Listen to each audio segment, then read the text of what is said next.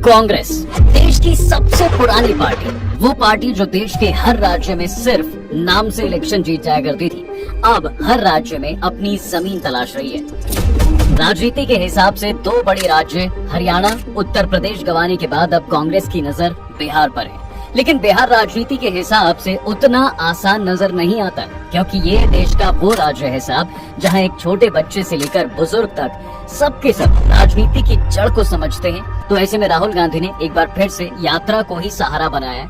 भारत जोड़ो यात्रा के बाद अब वोट अधिकार यात्रा।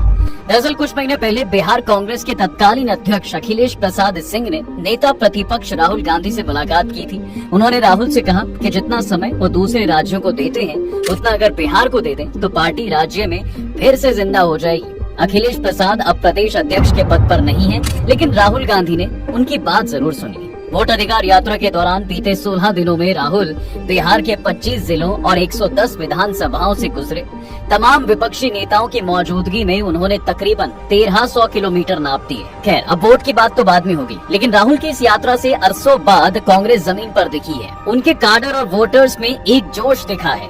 अगर यहाँ पर कहा जाए कि इस यात्रा ने कांग्रेस को टॉक ऑफ द टाउन बना दिया है, तो गलत नहीं होगा। यानी कांग्रेस खुद को बिहार की पब्लिक मेमोरी में रिवाइंड करने में सक्सेसफुल होती नजर आ रही है। उसके पास पुराने कार्यकर्ता हैं, लेकिन पार्टी ने जिस तरह से पिछले इलेक्शंस में परफॉर्म किया, उसके बाद बिहार में कांग्रेस के बड़े नेता तक उम्मीद खोए बैठे थे। ऐसे में कार्यकर्ता क्या ही करते। अब पॉलिटिकल एक्सपर्ट्स का मानना है साहब कि राहुल गांधी ने एक बार फिर से उनको मोटिवेट किया है। इस यात्रा में उनमें फिर से एनर्जी आई है। लालू यादव के कंधों पर चल रही कांग्रेस को वहां से उतारकर राहुल गांधी ने उम्मीद भरी है। अब कांग्रेस बिहार में नए अवतार में भी दिख रही है। अगर हम लास्ट वाले इलेक्शन की बात कर ले तो पिछली बार कांग्रेस 70 विधानसभा सीटों पर लड़ी थी। इसमें से ज्यादातर सीटें ऐसी थी जिस पर बीजेपी या एनडीए बहुत मजबूत थी। माने ऐसी सीटें जहां पर ज्यादातर पर बीजेपी या एनडीए की जीत तय थी। ऐसे में कांग्रेस इनमें से सिर्फ 19 सीटें जीत पाई।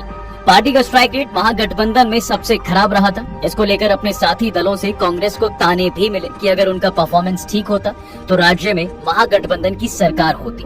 इसलिए कांग्रेस इस बार फूंक फूंक कर कदम रख रही है। ऐसे में वोटर अधिकार यात्रा ने उसका वजन बढ़ा दिया है और इसका असर सीट शेयरिंग की बातचीत पर भी देखने को मिल सकता है। कांग्रेस को राहुल गांधी ने जो नई लाइफलाइन दी है, उसका फायदा ये भी होगा साहब कि इस बार कांग्रेस उन सीटों पर समझौता नहीं करेगी जहां गठबंधन कमजोर है, यानी जहां पर हारने के चांसेस ज्यादा हैं। कांग्रेस इस बार इन सीटों पर बराबर की हिस्सेदारी चाहेगी, यानी सीटों की संख्या के रेशियो में कमजोर सीटें सबके हिस्से में जाएंगी। जैसे माले अपनी मजबूत आधार वाली सीटें नहीं छोड़ता, कुछ वैसी ही रणनीति कांग्रेस की भी रहेगी। कांग्रेस अपनी मजबूत आधार वाली सीटों को इस बार नहीं छोड़ने जा रही है और इससे उनका स्ट्राइक रेट सुधरने के चांसेस भी पूरे हैं। यही नहीं, चुनाव नतीजों के बाद अगर महागठबंधन सरकार नहीं बन पाती है, लेकिन कांग्रेस का स्ट्राइक रेट अच्छा रहता है, तो पार्टी राज्य में एक मजबूत विपक्ष के तौर पर खुद को स्टैब्लिश कर सकती है और आने वाले वक्त में उसके कैडर में और भी लड़ने का जोश आ जाएगा। साथ ही जो वोटर लालू यादव के जंगल राज वाली छवि के चलते एनडीए को वोट करते हैं, उनका रुझान भी कांग्रेस की तरफ हो सकता है। इसके अलावा मुस्लिम वोटर्स का भरोसा भी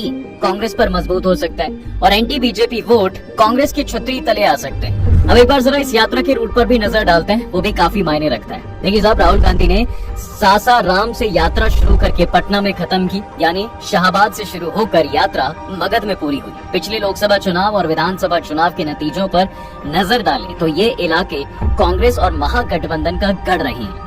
गया सीट अगर छोड़ दें तो पूरे मगध शाहबाद में एनडीए गठबंधन साल 2024 में एक भी लोकसभा सीट नहीं जीत पाई थी। वहीं साल 2020 के विधानसभा चुनाव में कांग्रेस को मिलने वाली 19 सीटों में से 8 सीटें मगध शाहबाद इलाके से ही मिली थी। कांग्रेस का एक सांसद भी इस इलाके से है। इसके अलावा माले और राजद भी इस इलाके में काफी मजबूत है। इस यात्रा के जरिए कांग्रेस ने इलाके में महागठबंधन की सियासी पकड़ को और मजबूत करने की कोशिश की है। बिहार के शाहबाद और मगध में तो कांग्रेस के साथ साथ भाकपा, माले और राजद की अच्छी परफॉर्मेंस रही है, लेकिन इस बार कांग्रेस की यात्रा के फोकस में उत्तर बिहार के तकरीबन आधा दर्जन जिले रहे और इन जिलों की जिन 23 विधानसभा सीटों से होकर यात्रा गुजरी है, इनमें से ज्यादातर सीटें ऐसी हैं जहां पर कांग्रेस ने पिछले विधानसभा चुनाव में अपने उम्मीदवार दिए थे और फिर से इन सीटों पर लड़ने की पार्टी की तैयारी है। अब राहुल की वोटर अधिकार यात्रा उत्तर बिहार में 6 जिलों से गुजरी: दरभंगा, मधुबनी, सीतामढ़ी, पूर्वी चंपारण और मुजफ्फरपुर। इन जिलों में 60 विधानसभा सीटें हैं, लेकिन यात्रा इनमें से 23 सीटों से होकर गुजरी है। इससे इतना समझ में आता है कि कांग्रेस ने यात्रा का जो रोड मैप बनाया है वो बेहद सोच समझकर तैयार किया गया है। इन 23 विधानसभा सीटों में दलित, पिछड़ा, अति पिछड़ा और मुस्लिम वोटर्स की अच्छी खासी तादाद है। बिहार में कांग्रेस का वोटर इसी तबके को फोकस करने की चुनावी रणनीति पर चल रहा है। कांग्रेस ने वोटर अधिकार यात्रा के जरिए एसआईआर को भी मुद्दा बनाया और बिहार में इसको लीड किया। महागठबंधन और इंडिया अलायंस के दूसरे नेता भी कांग्रेस की इस मुहिम से जुड़े। तमिलनाडु के मुख्यमंत्री स्टालिन और उत्तर प्रदेश के पूर्व मुख्यमंत्री अखिलेश यादव और झारखंड के मुख्यमंत्री हेमंत सोरेन भी इस यात्रा में शामिल हुए थे। इसके अलावा साहब कांग्रेस के दूसरे राज्यों के तमाम नेता और मुख्यमंत्री भी इसमें शामिल हुए, जिससे राहुल गांधी का कद बढ़ा है। और इसके साथ साथ दूसरी तरफ इस यात्रा ने बिहार चुनाव से पहले सभी विपक्षी दल एकजुट नजर आए, जो कि एनडीए को दिखाने के लिहाज से भी बहुत जरूरी है। राजद, कांग्रेस, माले और वीआईपी के टॉप नेता साथ साथ चले। इससे कार्यकर्ताओं में भी अच्छा मैसेज गया। इस यात्रा से पहले पप्पू यादव और तेजस्वी यादव एक दूसरे को लेकर असहज थे। एसआईआर को लेकर पटना में हुए एक प्रोटेस्ट में पप्पू यादव को राहुल गांधी के रथ पर एंट्री नहीं मिली थी, लेकिन इस यात्रा में ये दूरी मिटती नजर आई। पप्पू यादव पहले लालू यादव और फिर तेजस्वी यादव से मिले और दोनों के गिले शिकवे दूर हुए। यानी अब पप्पू यादव की महागठबंधन में आधिकारिक एंट्री को लालू एंड तेजस्वी यादव की ओर से हरी झंडी मिल गई है। कांग्रेस और महागठबंधन को सीमांचल की सीटों पर इसका पूरा फायदा मिलने की उम्मीद है। इसके अलावा अलग अलग खेमों में बटी कांग्रेस भी इस यात्रा के दौरान एक यूनिट तौर पर नजर आई। प्रदेश अध्यक्ष राजेश राम, पूर्व प्रदेश अध्यक्ष अखिलेश प्रसाद सिंह, युवा नेता कन्हैया कुमार, शकील अहमद खान और मदन मोहन झा जैसे सीनियर नेता इस यात्रा में एक्टिव दिखे। राहुल गांधी ने वोटर अधिकार यात्रा के जरिए मुस्लिम वोटर्स को भी साधने की कोशिश की है। उनके यात्रा रूट में भागलपुर, कटिहार, अररिया, पूर्णिया, मोतिहारी, बेतिया, सीतामढ़ी, दरभंगा, सिवान और गोपालगंज जैसे जिले शामिल थे। इन जिलों में लगभग 15% से लेकर 45% तक के मुस्लिम आबादी है। लेकिन अभी यहाँ पर सवाल उठता है कि मुस्लिम तो महागठबंधन के वोटर्स माने जाते हैं, तो फिर इसकी जरूरत क्यों पड़ी? क्या सच में अब मुस्लिम समीकरण बदल गए हैं? देखिए, असल में वक्फ बिल के दौरान विपक्ष मुसलमानों के साथ खड़ा हुआ है और बिहार में बड़ी रैली भी हुई। इसके अलावा एसआईआर में भी माहौल बनाया गया कि मुस्लिम वोटर्स को निशाना बनाया जाएगा।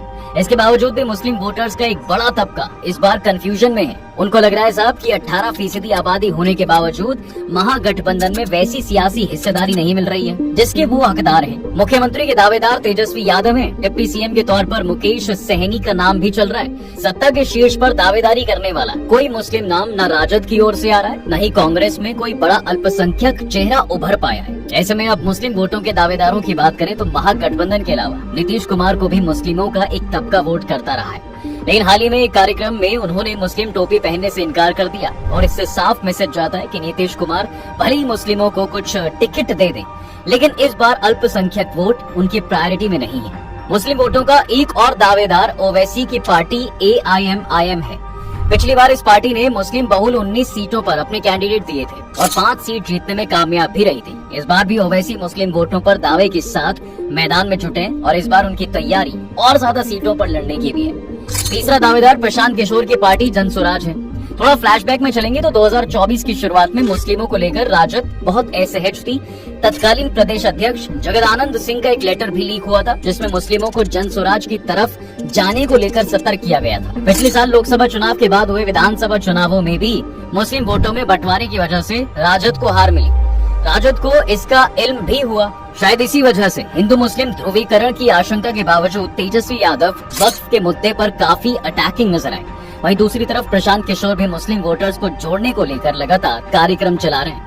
अभी मोतिहारी के बापू सभागार में उन्होंने मुस्लिम एकता सम्मेलन कराया था। इस सम्मेलन में उन्होंने कहा कि अगर मुसलमान उन्हें समर्थन करते हैं तो वो बिहार में नीतीश और बीजेपी को ही नहीं बल्कि 2 साल बाद उत्तर प्रदेश में योगी आदित्यनाथ को भी हरा देंगे। अब इस दौरान उन्होंने मुसलमानों को आबादी के हिसाब से टिकट देने का भी दावा किया है। ऐसे में महागठबंधन के रणनीतिकारों को लग रहा है साहब कि उनके वोट टूट रहे हैं और इसी वजह से प्रशांत किशोर और ओवैसी को काउंटर करने के लिए इंडिया गठबंधन के सबसे बड़े नेता राहुल गांधी को आगे किया गया है। राहुल की इस यात्रा के जरिए मुसलमानों को मैसेज देने की कोशिश है कि एसआईआर से लेकर वक्फ के मोर्चे पर महागठबंधन उनके पीछे खड़ा रहा है, तो वो अब महागठबंधन पर भरोसा कर सकते हैं। अब राहुल के आने से महागठबंधन को इसका फायदा मिले या ना मिले, पर मुसलमानों में एक बार फिर कांग्रेस की तरफ से मैसेज चला गया कि वो उनके साथ है।